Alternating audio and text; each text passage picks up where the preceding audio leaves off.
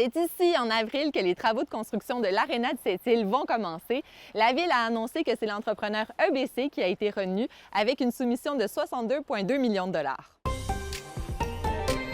Avec les frais de surveillance, de financement et les taxes, le coût pour la Ville va grimper à 78,5 millions de dollars.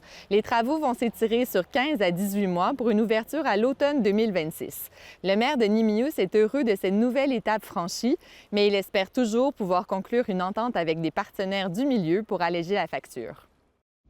L'avenir du Vieux-Poste était certain, mais il y a eu du nouveau hier. La Ville a annoncé des travaux de mise aux normes sur le site. Pour les financer, la Ville va cogner à la porte de la Société du Plan Nord. Elle cherche à obtenir 100 000 $ auprès de la Société. C'est un début parce que, selon la municipalité, il faudra plusieurs millions pour maintenir en état les bâtiments du Vieux-Poste. La Ville est à la recherche de subventions pour les réaliser.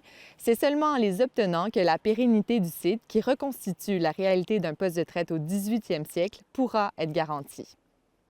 Et on termine notre vidéo-journal à la halte chaleur de Bécomo.